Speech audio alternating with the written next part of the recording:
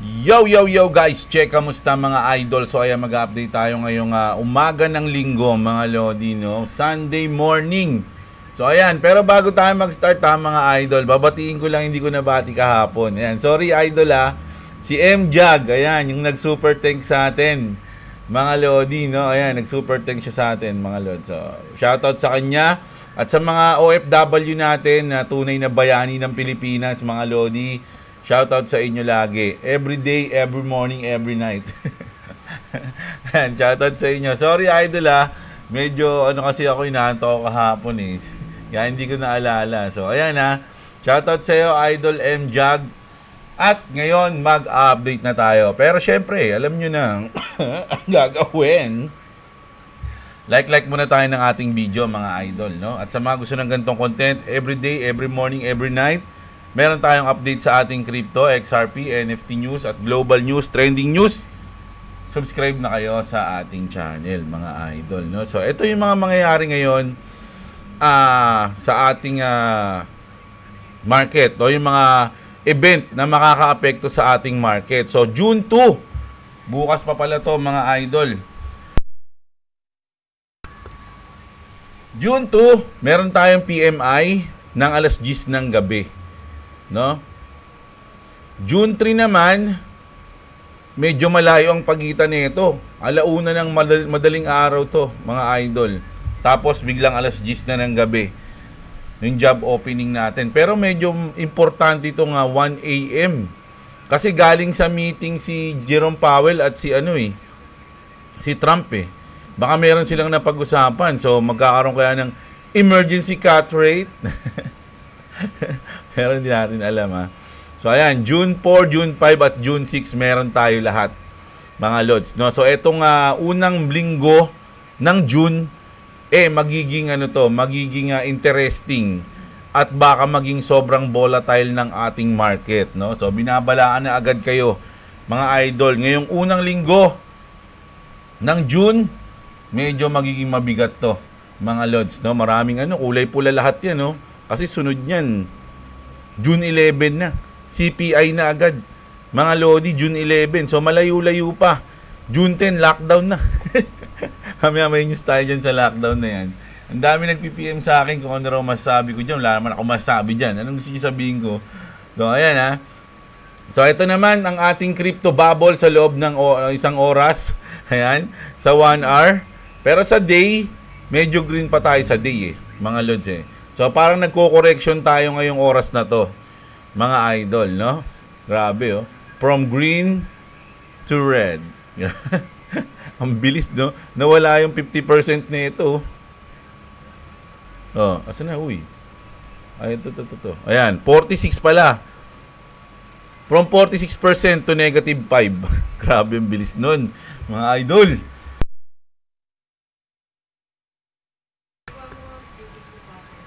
So ayan, no. Umpisahan na natin mga lodi at eto na nga yung mga nag-PPM sa akin. Pero sabi nila hindi naman daw to legit, no, yung balita na magkakaroon tayo ng lockdown sa June 10 dahil sa monkeypox, mga idol, no.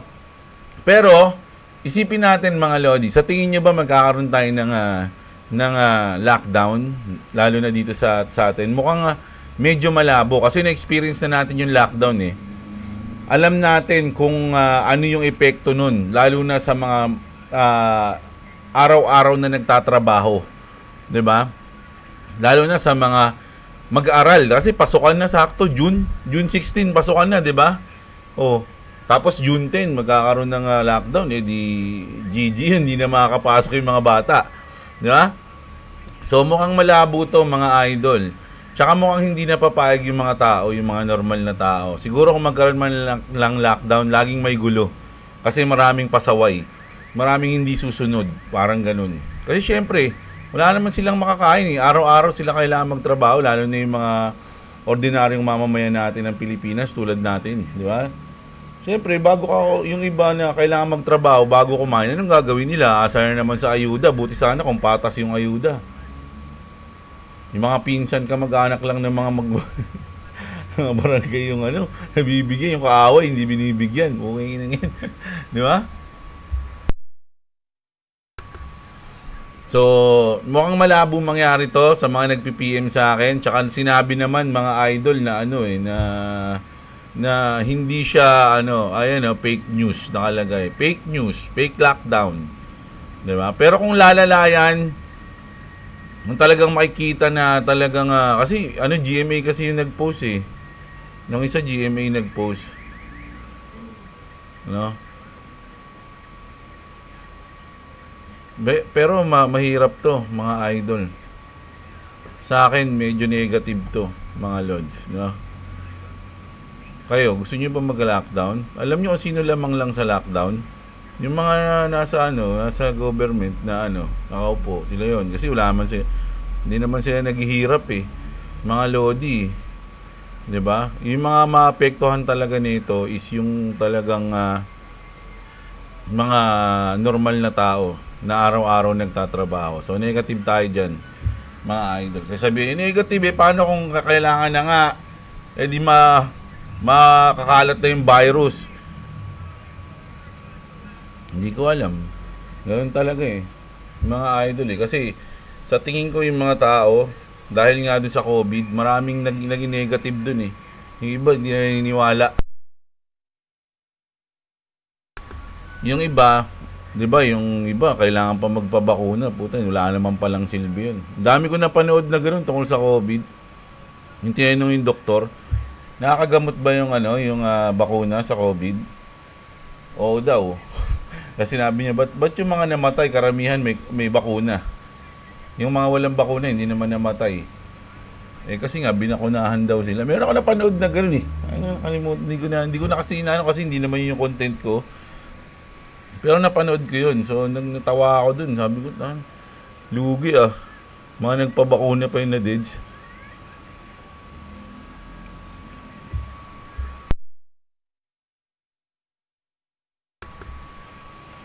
Grabe yung epekto, no? Ito, fake news din to. Mga idol, kasi nag-post tong pogi na to, hindi naman daw siya nagkaroon ng Mpox eh. So, mag-ingat na lang kayo mga idol, no? Lagi na lang kayo maging malinis sa katawan. Meron kaming binibili ni boss eh. Ano ba yun, May? Yung throat spray. Oo, Betadine. Paano ba spell nun? May, T-H-R? Ha? R-O-A. Yan, throat spray.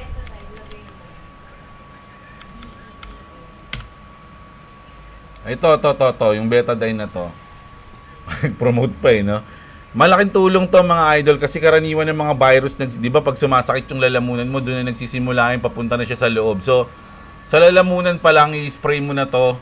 Pag sumakit yung lalamunan mo, tanggal agad yan, mga idol. Grabe, ayan. Meron nito sa sa Mercury ko lang to nakikita, sa ibang butika wala nito. Sa Mercury Drug meron yan.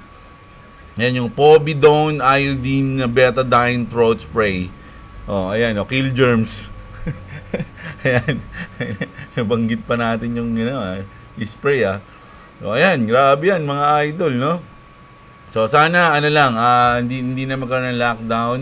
Kumbaga maagapan agad, no, yung mga ganitong something na virus. So ayan, yun yung thoughts ko diyan. Hindi mo na ako doktor eh, mga idol eh.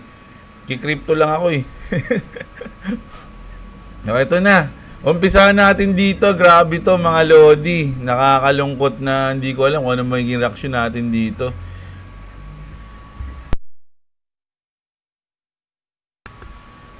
Sabi dito mga idol, after recently announcing its migration to Ronin Network, this Web3 game is shutting down due to lack of funding, mga idol, no? Saan ba yung na yan? Saan ba natin makikita? Tawa lang ako dito. Uy! Ba't yun ah? Talaga pag-X eh. Anong pangalan nun? Realm of Aluria. Kasi yung Realm of Aluria, mga lodi, para siyang ang ganda rin ng niya. Ang ganda rin ng graphics niya. Ayan kita niyo yan. Ayan mga idol yung mga hero. Ano ba yung ganito katulad na nawala din? Alimutan ko na naman. May ganito na game din na nawala nung nakaraan eh. Yung mahal yung mga land. Oh, maganda sana to mga idol eh. Kaya lang, wala na. Due to lack of funding, nagsara na po, no? Shutdown, ayan. Grabe. Lahat ng mga games na ganito, napapansin ko, nagsha-shutdown dahil wala nang pondo. 'Di ba? So baka walang bumibili nung kanilang mga land, yung mga nag-a-advance na bumili ng mga land, yung umaasa na once na sumikat yung game, magmamahal yung mga land nila. Ganun yung ginagawa kasi nung iba eh. 'Di ba? Nagpi-pre-sale sila ng mga item, land para magkaroon sila ng dagdag na pondo. Mga idol, hindi kasi mura gumawa ng mga ganitong games, no? Lalo na yung mga AAA games. So marami ng mga games ngayon ang nawawala na, nagsi-shutdown na. Isa na to. Grabe, kakapasok niya lang sa Ronnie, no? Kaya alam, biglang nag-shutdown. Malas, ah. So, syempre, nakakalungkot yung mga ganyan. Kung kailan tayo nagkakaroon ng kumbaga yung bull run natin. Tapos, saka nag-shutdown yung mga games. Dito tayo sa Fear and Greed ng Bitcoin. So, nasa 56 tayo ngayon, June 1. 56. So, green pa rin yan, mga idol, no? Kaya lang, yung market natin is bagsak, mga idol, no? Ito nga yung ating tawag dito, XRP. Although positive siya ng 2.7 kasi galing siya dito sa 2.07. Ito yung pinakamalalim niya kagabi, 'di ba? 2.07. So ngayon meron siyang 2.1. Mga lodi, yung lock profit natin nasa 2.02. Mga idol 2.02 tayo, mga loads, no? So pag tinamaan yan, pero isipin nyo nandito yung market kagabi. Saan ba tayo bumili? Check natin yung XRP natin. Nag-DCA tayo kasi Sabado. Di ba? Sabi nga natin, DCA tayo ng Sabado. Makikita natin dito kung saan part tayo bumili, mga idol eh. So, tignan natin kung yung pagbili natin kagabi, nag-negative na o positive pa rin. Order history. O yun, dito. So, positive pa rin. Ayun sa B. Nakita nyo yung B. Ay, ano na. Equal na. So, equal na. Pwede nang mag-negative yung bili natin kagabi kasi dito tayo sa red candle na to bumili, pero nag-positive pa siya ng una. Ayan, umabot pa siya ng 2.2. Tapos biglang nag-drop ngayon. Ayan yung ating buy position kahapon. So ngayon, nasa 2.1 tayo, 2.15. So, hinihintay natin tamaan tong ating lock profit. Marami nagsasabi, tatamaan yan, Kuya Jeblo. Tatamaan na yan. 99.99%. May nakita ko nag-comment na ganun eh. 99.99% tatamaan yung lock profit mo. Sabi niya ganun sa akin. So, hintayin natin. Wala pa nga eh. Ako nga gusto ko ng tamaan eh. Diba? Pag tinamaan yan, mag-aabang na ulit tayo ng position. Kasi total profit naman tayo dun eh. Kasi dito tayo naka-position sa 1.7. So, kung tamaan man to, positive pa rin tayo ng 100%. Diba? So, ang dami na excite dyan eh. So, sa mga wala pang crypto exchange, mga idol, andyan yung BitGet natin mga lodi. At sagutin ko lang yung nag-comment doon kasi di ba magkakaroon nga ng yield sa Uphold. Tapos may nag-comment sa atin na meron na sa BitGet yung yung flexible. Meron na, alam ko yun, idol. May flexible ako dati na ginagawa ko yun eh. Kaya lang iba kasi kapag yung XRP mismo na coins mo yung nag-yield o yung nag-i-stake. Diba? So, goods na goods yun, mga lods. No? Check nga natin yung Uphold para sakto lang sa sakto lang sa sinasabi ko. Merong update ngayon yung Uphold. Saan na? Word natin. Ito. Ay, hindi. Saan yun?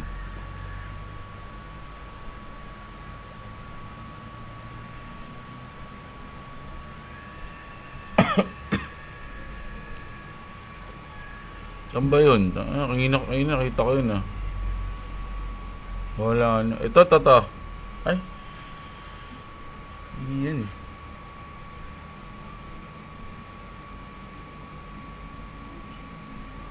Mamaya na nga lang, hanapin ko. Nabasa ko sa Uphold eh. So, yung yielding kasi dito, mga Lodi, iba. Tsaka parang mas mataas yung percent ng makukuha mo monthly or weekly kapag yung mismong XRP. Tsaka depende pa yun sa dami ng XRP mo. 'Di ba? Kung mas madami, di mas malaki yung percent. 'Di ba? So, ganun yun, mga idol. So, yung sa flexible kasi, anytime pwede mo siyang kunin, parang hindi mo malalak yun eh. Tapos meron ka ding malalak, kaya lang, hindi mo pwedeng galawin yun. 'Di ba? Ganun yun, mga Lodi, sa BitGet. Kasi ginawa ko dati yun eh, mga idol, no? Pero mas maganda pa rin yung sa XRP, sa tingin ko. So, ito na. Traders now use, ang kulit nito, traders now use ChatGPT to convert crypto news into signals, no? Into trade signal. From supply shift to sentiment swings, AI break it down. So, ang gagawin mo, mga idol, sasabihin mo yung news sa ChatGPT, di ba? Tapos, i-breakdown ng ChatGPT kung saan mapupunta yung price, kung magda-drop siya o mag-uptrend siya. Mga Lodi, ginagamit na ng mga traders ngayon yun, no? So, ayan, no? may mga teknik, oh. So, kita nyo, ChatGPT, kunyari, sa XRP, sa ibang mga coins, no? Kunyari, yan, sabi nga niya rito sa Pi Network, ayan, no? I read this news, Pi Network price, cha. Tapos, sasagutin ngayon yung ChatGPT, maaaring tumaas ng ganito yan, maaaring bumaba ng ganito yan.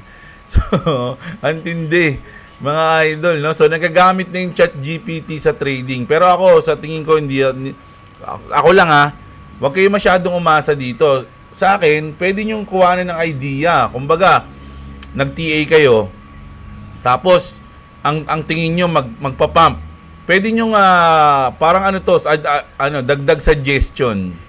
Tapos, ano nyo yung news doon. Kapag sumang-ayon sa inyo, halimbawa, sumang-ayon din si ChatGPT sa naisip nyo sa TA nyo, kasi ang TA mo, positive, tataas eh. Tapos si ChatGPT, ganun din. O di, meron ka ng parang dagdag opinion. Pero yung mismong dito kaasan, ako, mukhang negative sa akin yan, mga idol. No? Pero kayo, nasa inyo yan, mga Lodi. At least, nalaman natin na may mga traders pala na ganito yung ginagawa. Ginagamit nila yung ChatGPT para maging trade signal. Ang lupit, di ba? Mga idol, ang tindi nun. Ang galing na nakaisip niya, Tapos eto naman, si JP Morgan CEO, Jamie Dimon says, we shouldn't be stockpiling BTC. Sabi niya, dapat hindi BTC yung ating iniipon. We should be stockpiling bullets, drones, and rare earths, no? So kumbaga mga hindi ko alam kung ano yung rare earths, yung mga minerals ba to? Hindi ko alam, yung mga rare siguro sa earth. Pero itong bullets and drones, malamang importante yan, mga idol, kasi kung titignan niyo yung mga gera ngayon na nangyayari sa Ukraine, sa Israel, no? Drones na talaga yung pinaka main weapon, kumbaga. No, kita niyo yung mga sundalo hinahabol ng drone. Tapos wala na nga ngayon eh. Pag nagkagera nga ngayon na yung baga sugudan, wala ka nang unti na lang makikita mo mga sundalo. Ang makikita mo ang madami is mga drones sumusugod, mga may drones na may bomba, drones na naglalaglag ng bomba, kumbaga sa langit, biglang babagsakan ka ng bomba. Tapos meron naman mga drones na nagsi-suicide bomb, di ba? Ganun. So, drones na ngayon ang sinasabi dito ni Jamie Dimon, no? Dapat daw hindi Bitcoin. Sabi niya yun, hindi ko sinabi yan. Ano yan? CEO ng JP Morgan. Yeah? Tapos ito naman, punta tayo sa XRP Las Vegas. Real world asset tokenization on XRP Ledger, it's happening. So parang merong mga tawag doon, ito bibili ka na ng lupa, no, gamit na yung XRP. Ayan, buy now. Ito. Saan ba 'yan? Ayan, ilang XRP yan, transaction fee. So pwede mo nang gamitin yung XRP, di ba? So ayan, grabe. So diyan na tayo papunta, sabi mga idol. Kaya nga sabi ni Brad Garlinghouse dito, mga Lodi. Ripple CEO Brad Garlinghouse speak at XRP Las Vegas. People underestimate what can happen over the next 4 years. Ayun yung sinabi niya. mga idol, no? Parang hindi nyo ata nakikita kung ano yung pwedeng mangyari sa loob ng 4 na taon. So, ito yung si Brad Garlinghouse, ha? Malakas ba itong video na? Say some, even the XRP family, it's like, look, the Bitcoin community is not our enemy. They really are not. If they do well, we're going to do well. We might do better. It's just like, it's not a zero-sum game. And I think the one thing I learned, I was in Silicon Valley for 24 years, the one thing you learn is tech is not a zero-sum game. We're going to grow the pie.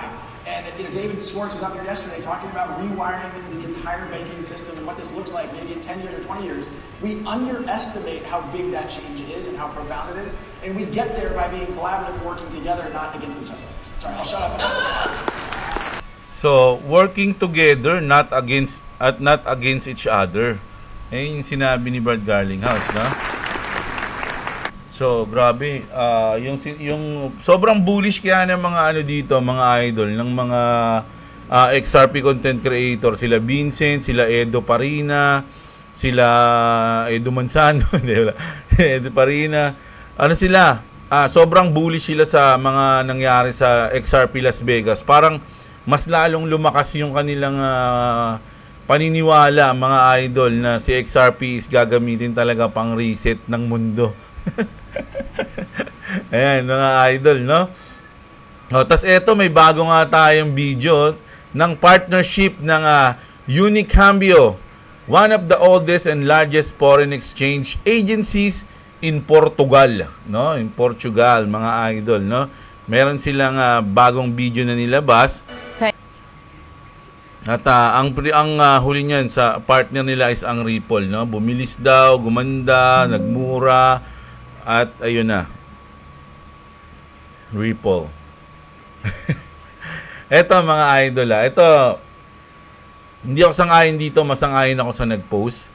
Sabi dito, mga idol, ni King Balex, calls for investor to hold at least 50,000 XRP. Napakalaki niyan, mga idol. Check nga natin kung magkano 50,000 XRP. Ang mahal niyan. Ilang million siguro yan, no? 50,000 XRP. 1,000. Nasa 6 million. Yeah?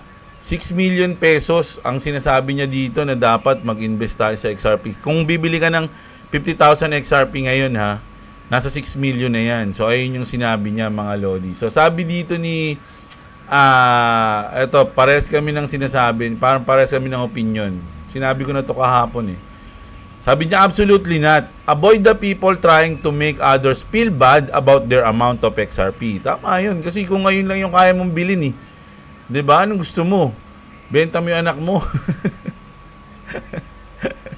I guaranteed you that's not the minimum required. And if that's what you think, you don't really know the potential of XRP long term, sabi niya, no? I said it many times, accumulate as much as you can, of course, but don't stress about it. Tama yung, ano lang, invest what you can afford to lose lang, no? Huwag ka masyadong, huwag mo masyadong gawing mundo. Huwag mong gawing mundo, idol, no? Kumbaga sa pag-ibig. Magtira ka sa sarili mo. This is not how it works. And if having a lot of XRP makes some people feel good about them, remember that some of you having less will probably do better than them in the long run. Tama yan. Kung sino pa yung may mga konting hawak, baka mas sila pa yung maging okay, no? Sa long run. Better investment, better money management, better opportunity. Ayan, no? Some of you are very skilled and will be able to multiply their wealth. Well, some of those big bags holder won't really do anything with that money besides showing they are rich, thinking they are now powerful, no? So ayun, yung mga hindi kayang i-handle yung kanilang asset, 'di ba? Kumbaga, wala naman silang gagawin sa pera nila kundi pagyabang, no? Tas isipin na, oh, pare, malupit na ako, man. I'm powerful and rich. I'm Batman. I can be Batman, no? Even I don't know how to fight. No. Pero yung iba, kahit maliit lang yung bags nila, pero kaya nilang i-handle, kaya nilang doblehin yung asset nila, sila yung magtatagumpay. 'Di ba?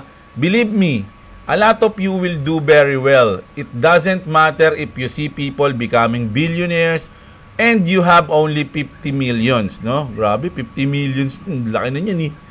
'Di ba? Sa tulad nating nasa third world country, mga idol, napakalaking bagay na niyan. Marami ka ng taong matutulungan pagka ganyan, mga idol, no? So, sabi niya rito, kung iba, bilyonaryo na, ikaw may 50 million ka lang, okay lang yun, mga lods, sabay smiley.